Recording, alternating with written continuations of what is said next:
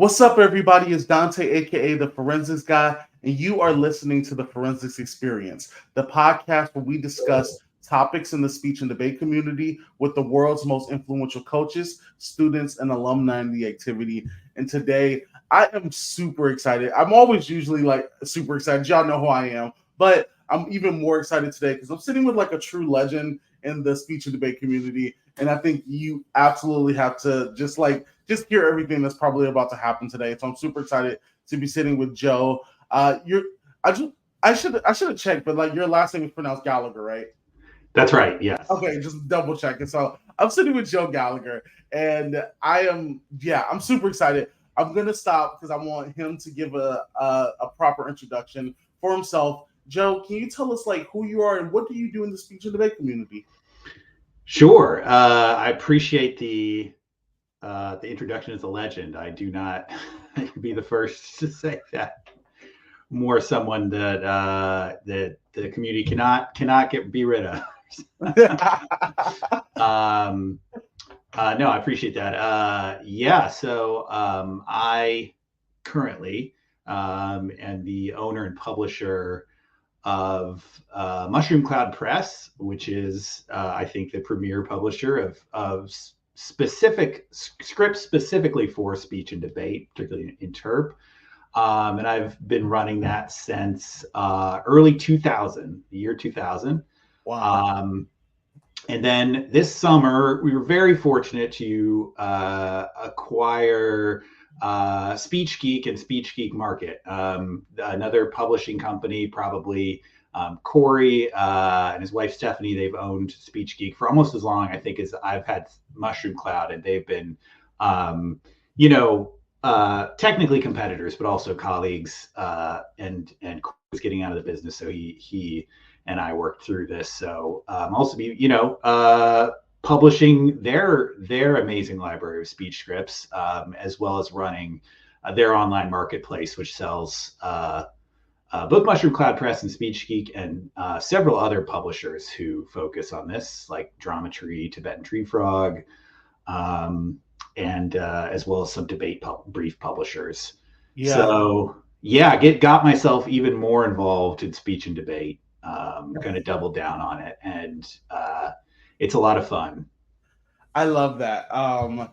It's so cool what you do for the speech and debate community. It's actually a weird coincidence because when this episode releases, the week before that, I had Christy Thomas on, who does like always writing for you and also does like script things as well in the speech and debate community.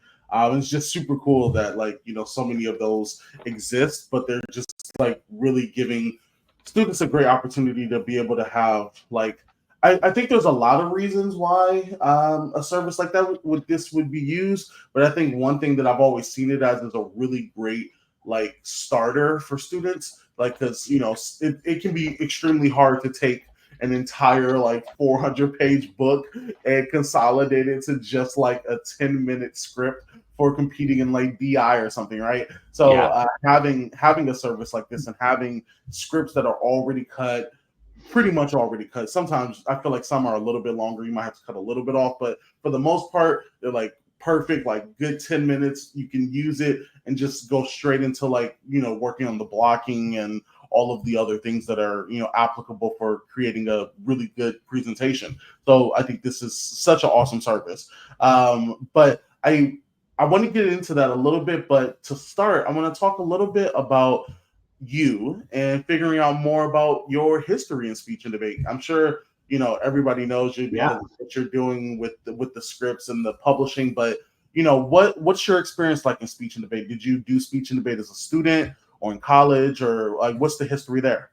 Yes, I did speech and debate for 10th through 12th grade.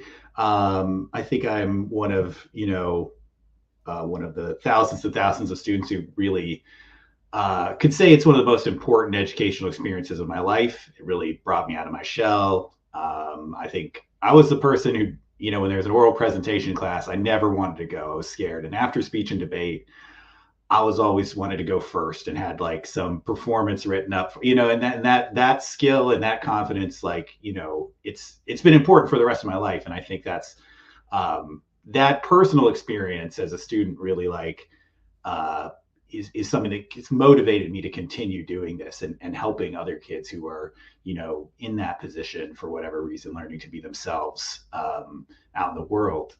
So I was late 90s, dating myself. I was a student. I was at a Trinity Preparatory School in Orlando, Florida. I want to shout out my coaches, Darcy Betrimus and Dean Rhodes. They were awesome. I think they both retired now, but they were really, really cool. And again, very supportive of me and all my weird teammates. And so, my events were HI and duo, and particularly duo. I had a couple great duo partners who are still friends of mine. Nice.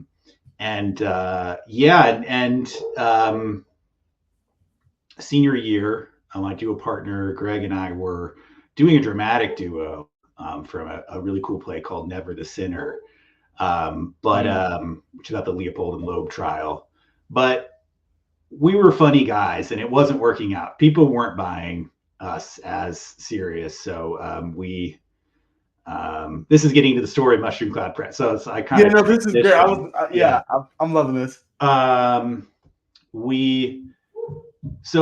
decided, okay, we need something funny. My duo partner Greg said, Joe, you should write it. I said, okay, but and then our coach said, hey, you can't just do something you wrote. And she very kindly said, here's $50 as a team money. Go to Kinko's and buy an ISBN, make 10 copies of it. Just make it. And so Mushroom Cloud Press was born that way. Thanks to Coach Darcy, Coach Betrimus. We called Yoda back in the day. So then the first tournament we performed was the Pinecrest Crestion tournament in South Florida, and we won. We won with this tournament, with this play just written. That was great. It was so fun, and again, kind of we just had a great time doing it. The play's called my pen name Clyde Hendrickson. This duo's called Everyone's Gonna Die. Kids still do it today, which is really cool.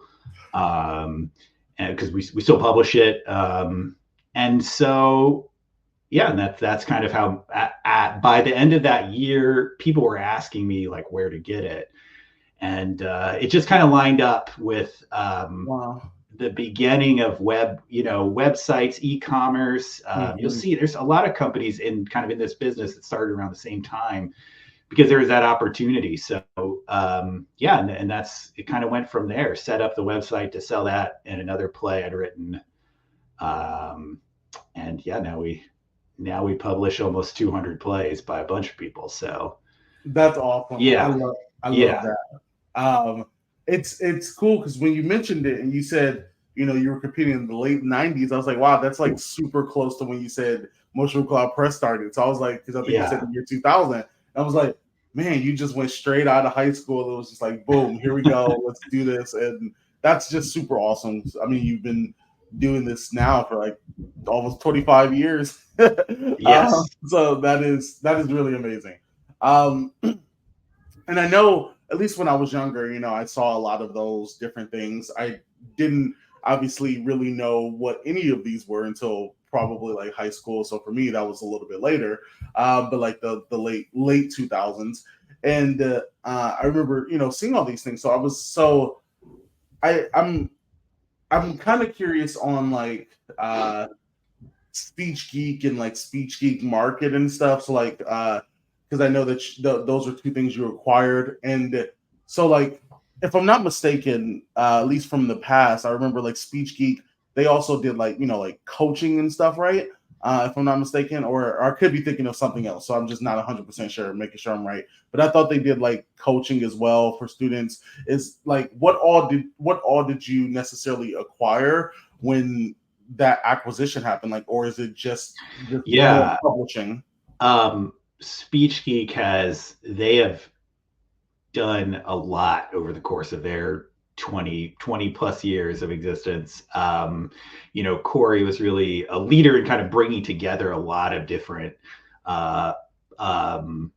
aspects of the speech and debate community, connecting people to those services. And I think that they really peaked in terms of the range of services they provided, several years ago, I think 5 to 10 years ago. I'm not a I'm sure there's so many little details that I don't know about it. And so I think, though, that as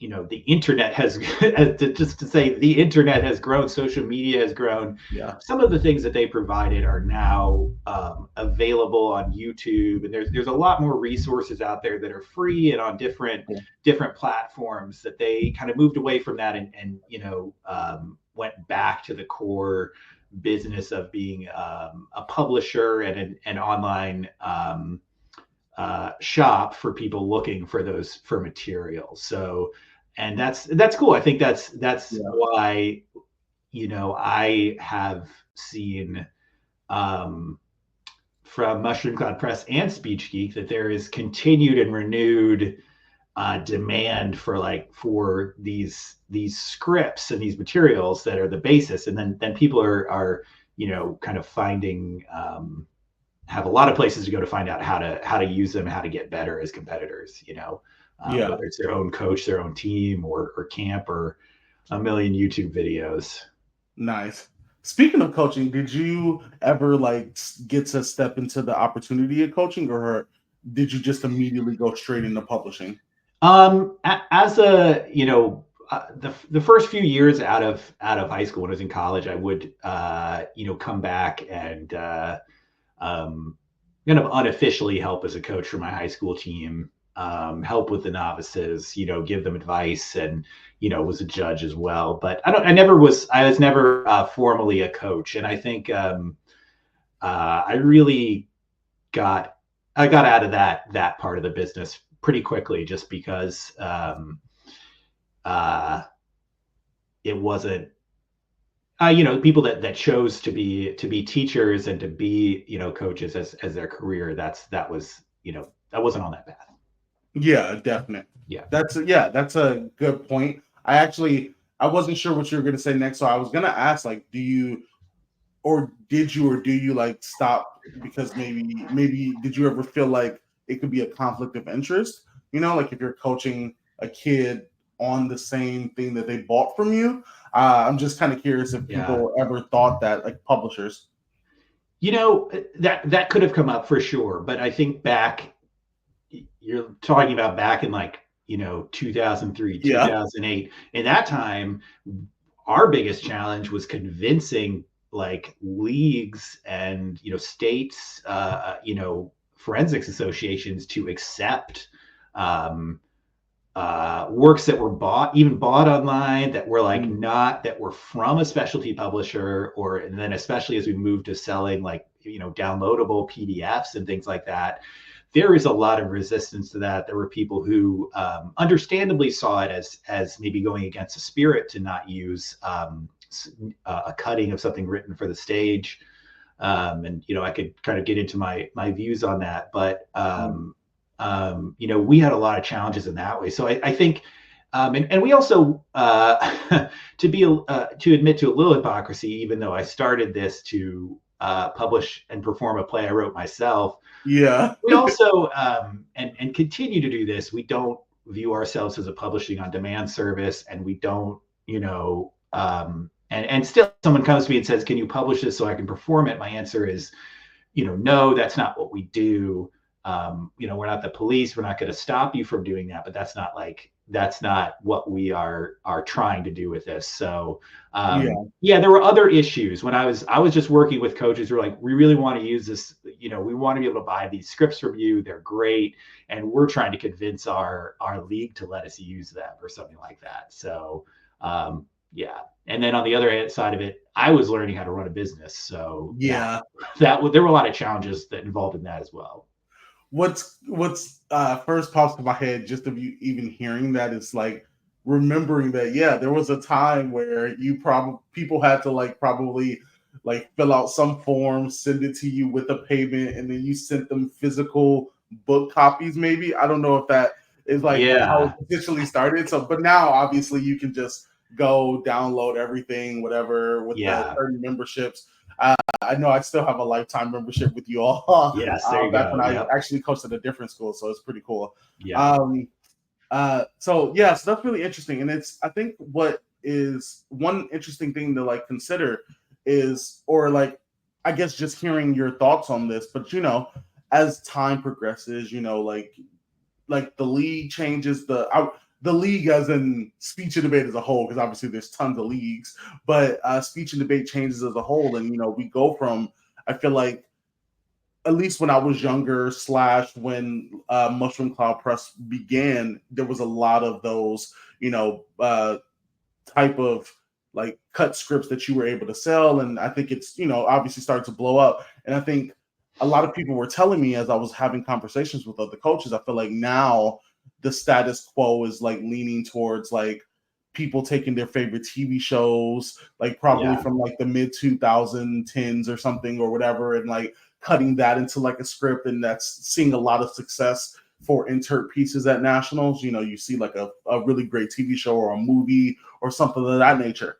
And I think one thing that's always popped in my head is I think in the future I firmly believe in the future we're not far. Like before the end of 2035, we're gonna see a kid win nationals for like what's it called? Sorry, declamation, where their declamation is just a comprised like 40-part TikTok thing, and like Yeah. it's just like Oh man, that's presented. fun.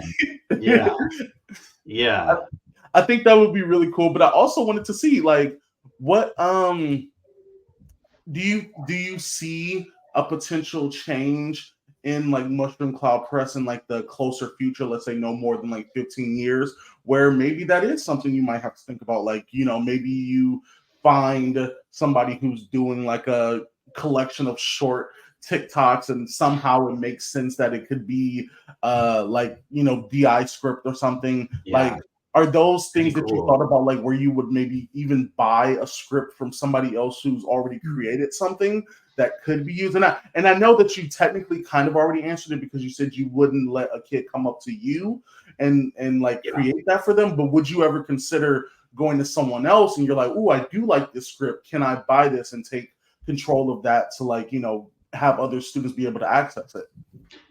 Yeah, that's a great idea. And we have, occasionally had the opportunity to do that, where we went out and worked with someone to acquire what they were already performing or publishing. But I think when you say that, like I want to publish that series of TikToks, right now, Yeah. as something we could do. I mean, if there's one ad I would put here, not come buy our stuff. It's, if you have a good idea like that, submit it. Like, let's publish it. Like that is the most fun part of this, is seeing that creativity. And when my favorite feeling is when someone submits a script and I'm like, I wish I was still 17 so I could perform this, because it's so good. We had a writer called named Tom Mazzell that we just published a piece by him called the Chess Piece, which is like about chess pieces arguing like before the game starts, and like the pawns figuring out that they're all about to die. And I'm like, this is great. This is just, it's my sense of humor. And it's just, so when someone brings that up, it's like, with something like that, I'm just really delighted. And I think when one thing that struck me, in fact, I remember, we were talking before we started about how we met at the California State tournament, and just seeing around there, like how much, some of the material is different, but like how similar it is to like when I was performing 20 years ago. Like the kids are still the kids. They're still they're at the same stage of their life figuring stuff out. And so a lot of this material, it's not eternal. You need new stuff, but there's a lot of that. What works stays the same, because it's still 16-year-old kids trying to, kind of learn how to be performers and people. So, even as things develop and, maybe I kind of have a reaction of like, oh, is it, if you're doing like a cutting of Aladdin, is that really forensics? Which of course, I mean, I kind of, was part of a change like that as well. But then I see the kids do it. I'm like, yes, they're still interpreting, and they're still being judged on their own interpretation of it. So wherever that goes, I think we're happy to just publish it and talk to those writers and get that stuff out there. Nice. I love that. That's so great. I am so I have another question, but I'm Yeah. stopping for 1 second because usually, as people know, my listeners, we always have like a break where we'll take a break and then go into the next half of the episode. But I'm not going to do a break this time. But I'm letting my audience know there's going to be no break, and this is also a good point for me for when I'm editing, so I can figure out where the break is at. But there's not going to be like an official break because I have so many questions, and I really want to make sure I get these questions out. Yeah. So continue to listen. Any ads that are placed here, you should follow whatever those ads say. Okay, cool. All right, next. I want to figure out.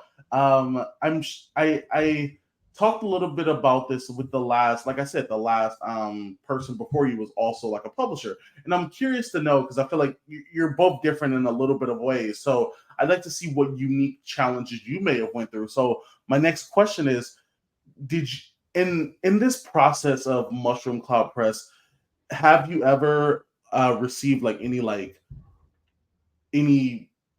pushback on like what you do? Were there ever moments where someone was like, this is like unfair, this is cheating, we don't need Mushroom Cloud Press, kids need to learn how to cut this themselves, and you shouldn't be writing things for other people and all that stuff? And I know those might be, I've heard of things like that, so I'm just kind of curious, like, what was the potential pushback that you may have gotten over these decades? And then also, like, how did you overcome that? Or what did you think about that when that happened? Sure. I think that I have been lucky in that pushback has been received not really by me, but by the coaches who wanted to use my material. I've been lucky that many of them have been were defenders and advocates for us back in the day when it was really up in the air whether e-publishing was a something, and forensics publishers were something that was going to be permitted. And I would hear from them stories like, oh, at our league meeting, like, one of the coaches was really arguing against it, and I would get some advice like about how to, I think one example is for, I think it was in California, and then also for the NSDA, although I think it was the NFL back then. Mm-hmm. I get here, like, put this specific language on your website, and then I can refer to that language in my argument, say, look, here's their editorial statement. Here's their, where they make clear how they're not a publisher, they're not an on-demand publisher, that they're, and that these plays are for more than just forensics. And that's, and for example, and that is true. I mean, we, sometimes people perform our plays in like short play competitions and festivals and stuff like that, and we consider ourselves a dramatic publisher, not drama publisher, not just a speech and debate publisher. Yeah. But yeah, so that's kind of been how I've received some of that feedback is just working with the coaches and helping them use our stuff. And then I think to the bigger question that maybe you've kind of touched on a couple times about whether it's fair to use this kind of script. I don't know. I think there's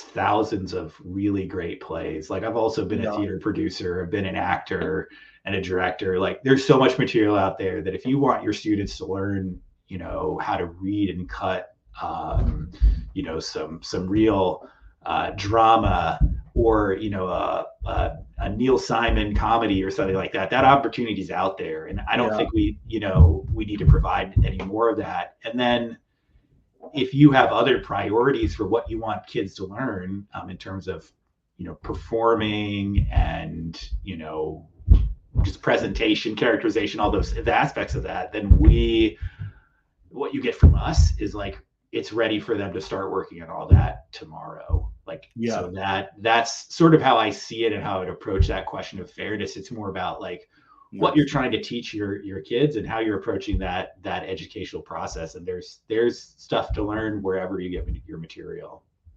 Definite. I think that's a really great answer. And I know that, at the end of the day, no matter what you're doing in the speech and debate community, I was just thinking about a piece of content I was going to post very soon, but like remembering that like speech and debate at the end of the day is not a monolith, like it's like there's so many different opinions and like thoughts and like ways that even these tournaments and everything run from California to Florida to New York to Washington to wherever.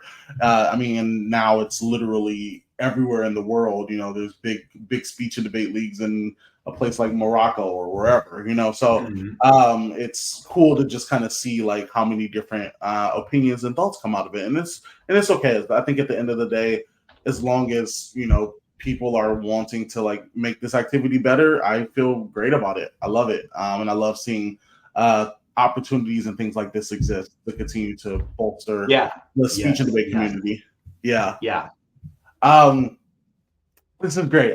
So the next thing I'm actually, I don't know if this feels like almost too much of a, this feels like an ad placement. So this is going to be interesting, but I am curious to know, like, in acquiring SpeechGeek market, will that run separate, or will you start to incorporate, like, maybe like, let's say you start to incorporate some of those SpeechGeek pieces all together with the Mushroom Cloud Press pieces, and maybe make some type of big package for people to like purchase in the future, or like how does that look towards your operational thing? Well, I guess, the ad, to get rid of the ad part of it first, you can purchase our complete collections together for a discount.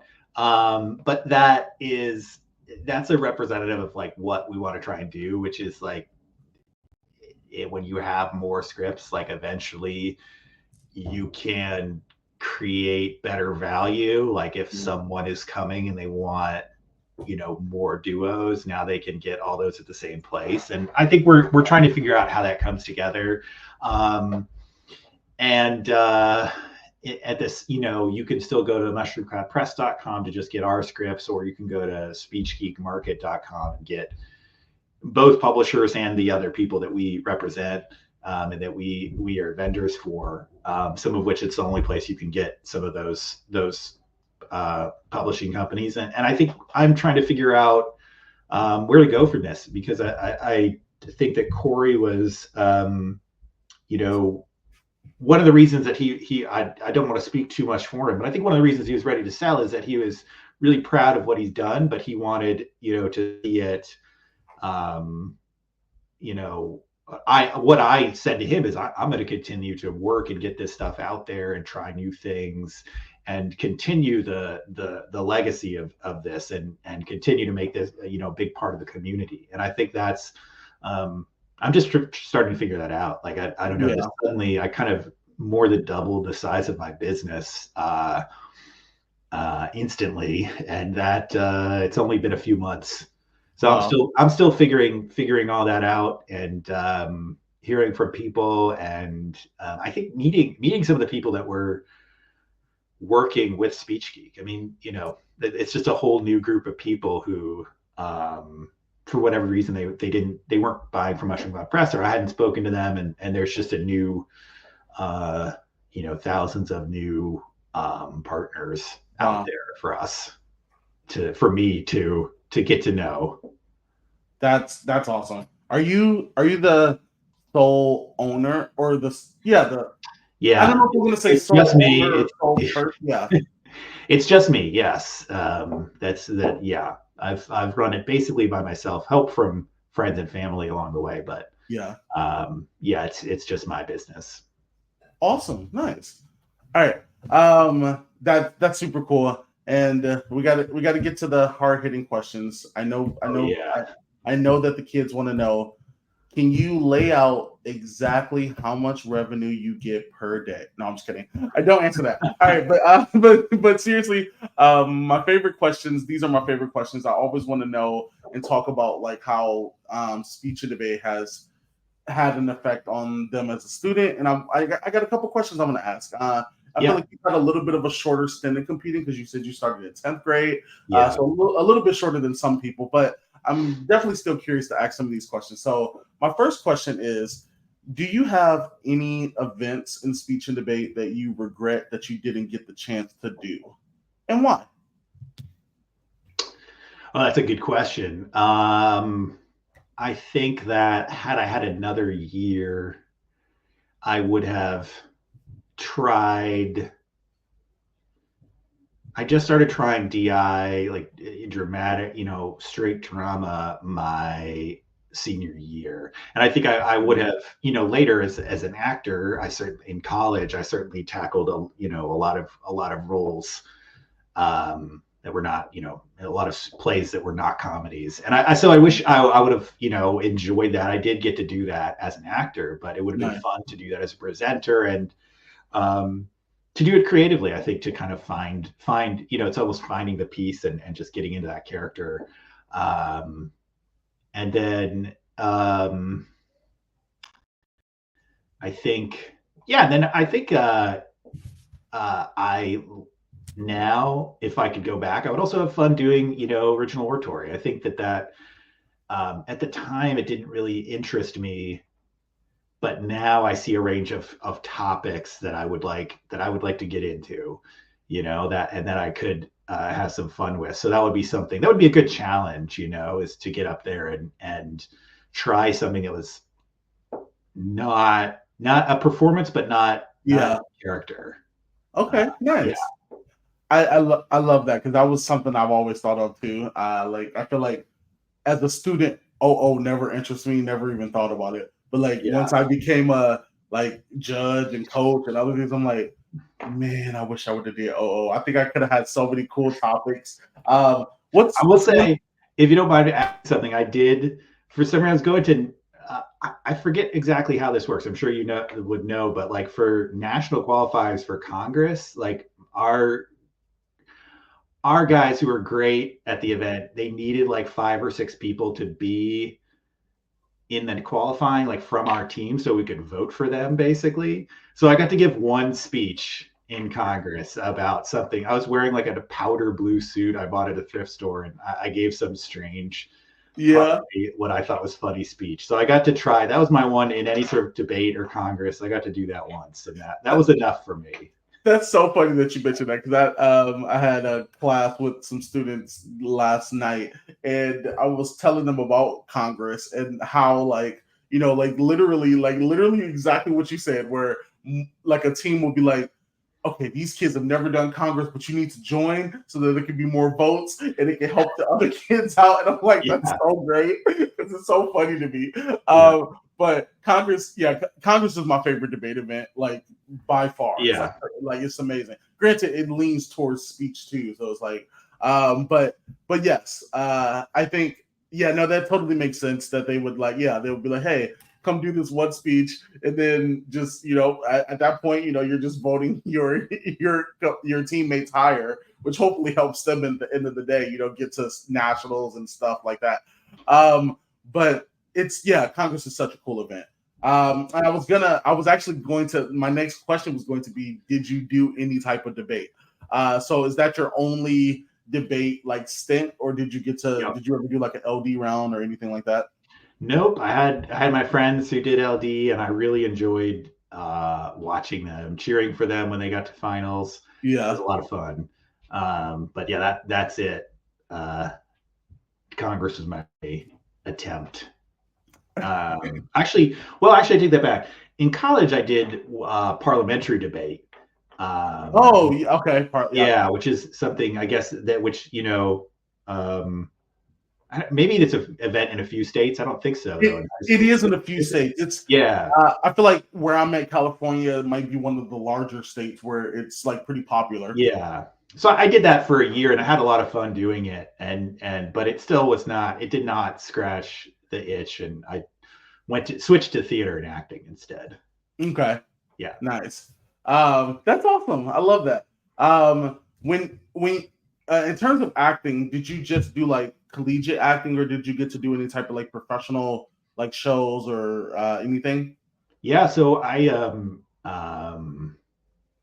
at first I had like a bit of a, maybe I was a little snobbish or just kind of territorial, where I thought speech, interp was different than acting, and the theater kids were different than speech kids. And then college, the sophomore year, a friend of mine came and said, "Hey, we need more guys to try out for this show. I know you did. Come try out for this play."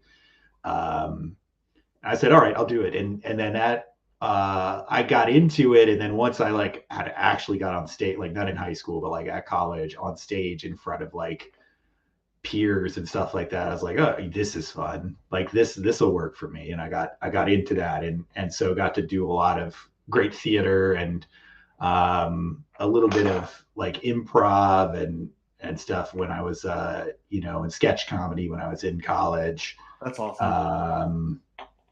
And yeah, and it was good really good community. And then after that, a lot of my theater friends, stayed in theater. They kept doing it, and I moved to New York City, and I was ended up starting a theater company with some of my friends there, and we did some Shakespeare and Oscar Wilde, like off Broadway. So got to produce, write, direct. That was a lot. It was a lot of fun, and it was a really cool, artistic and creative experience. That's so awesome. I am living vicariously through you. That's pretty great. That's really exciting. I feel like you, in some parts, have answered a couple of my questions already just through your answer. So I love how insightful and like direct and like specific you are in the way that you answer some of these questions. That's super awesome.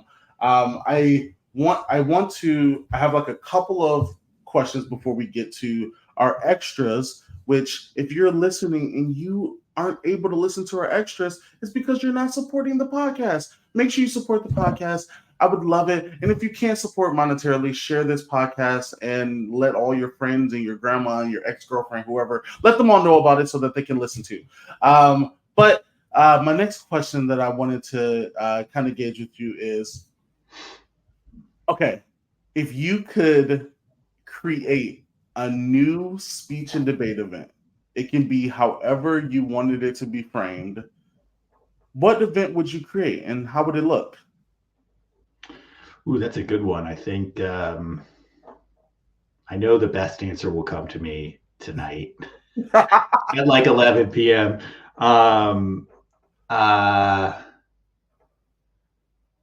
Well, I know some states do have events where you can write your own interp. Like you can do. I want to say Minnesota is one of them, and there's a few. California. I would like that. Some form of that would be a lot of fun, and I think I don't know. I think I would. I know there's like group interp and that sort of thing, but I just think I think it'd be, I don't know. My idea goes there. Like, how can you like that? Having later been involved in like writing sketch comedy and stuff like that, I think there is a lot of crossover there to do that competitively. Yeah. But you know what? Actually, I think what I would do is I would not so much writing an interp piece, but I would look for like, how could you do stand up as an event?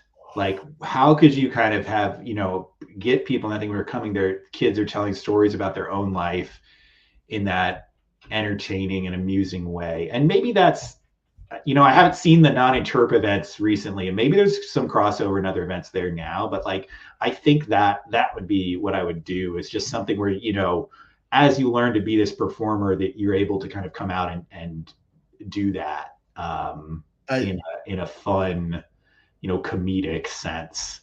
I love that. Yeah. No, that's really good. it's like you mentioning that is great because it just bringing up memories of when I used to, I'm originally from Wisconsin, so like hearing that just reminds me of like the MLFA, which is like one of the middle school leagues in Wisconsin. I feel like from my memory of that time period of coaching, all of the HIs were always like stand up. I remember a student of mine even wanted to, they did like a Jerry Seinfeld, like old school kind of thing. And it Yeah. was really fun. And they did pretty well at it. But I think like stand up could be cool. Even stand up as its own event where you can write your own stand up and present it as like stand up, like the way Yes. you see when you go to your own like things locally. Like that's awesome. I love that idea. Yeah, that would be really cool. I thought I saw a kid doing like a John Leguizamo stand up, which he does a lot of interpretive stand up. He does a lot of characters. Yeah. And that it worked so well, and that's when kids would find that to do as their HI, it was really cool. I'm glad you mentioned that. You just gave me a completely new, far out idea that I'm going to work some stuff into in the future. I love this. That's a really great idea. Yeah. Okay. My last question before we get to our extras is I always ask this question because I think it's super important to, while even doing this podcast, to give back verbally to the people who've, given the most to us. So my last question is, pretend right now your coaches when you were in high school are in this podcast with us right now, and feel free to express yourself and tell them everything that you would have always wanted to tell them. That's heavy. Well, I will say I had the opportunity to do this because when my coach, I mentioned Darcy Petrimus, when she retired, we had a big party for her and actually flew back across the country to attend her retirement ceremony. A bunch of us former students gathered, and I'm happy to repeat what I said to her then, and certainly our other coach Dean Rhodes was there, and just say,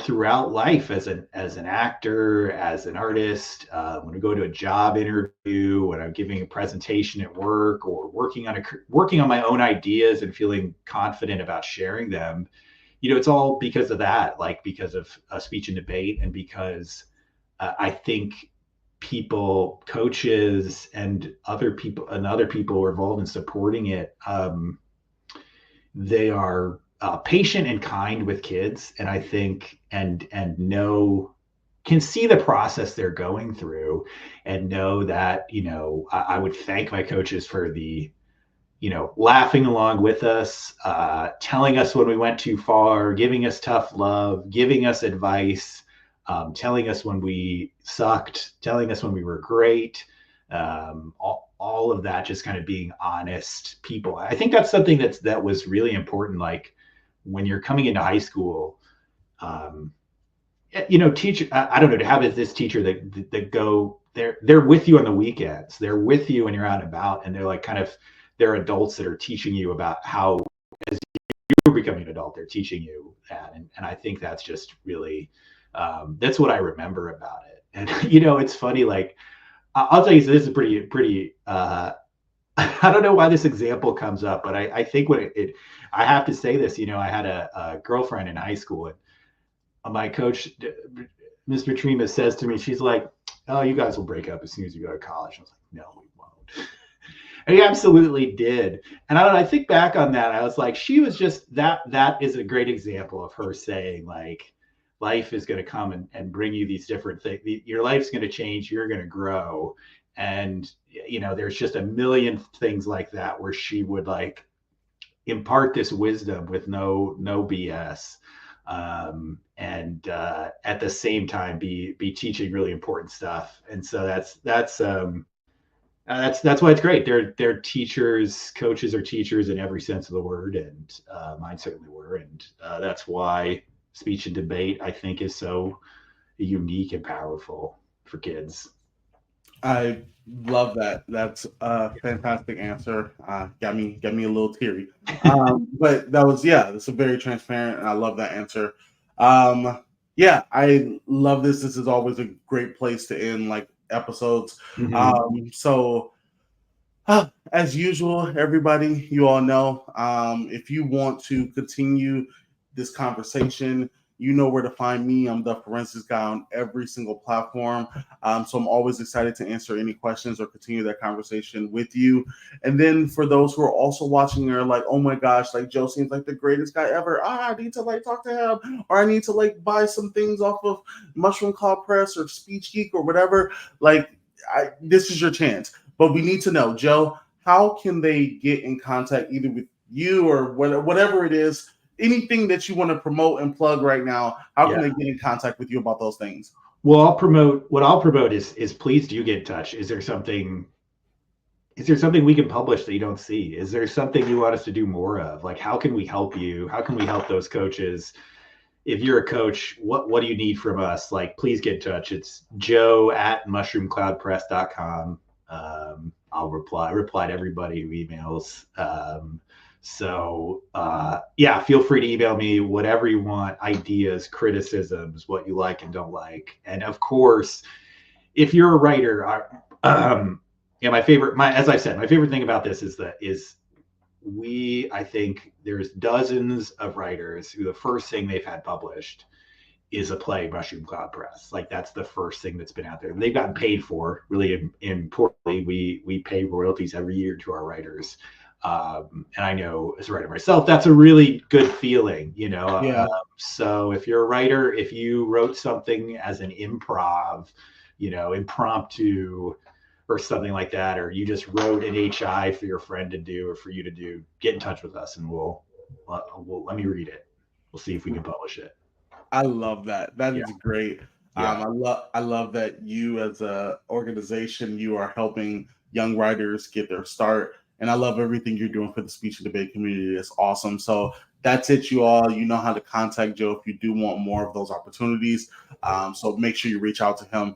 And as usual, make sure you give this podcast like 5 stars wherever podcasts are available and all of that. We want more people to be able to hear it and more people to be able to listen. So definitely share and subscribe to me on any platform, YouTube, wherever. But as usual, you all know that I never have an idea of how to end these episodes. So I'm just going to say peace out. Bye, everybody. Bye-bye. Thanks.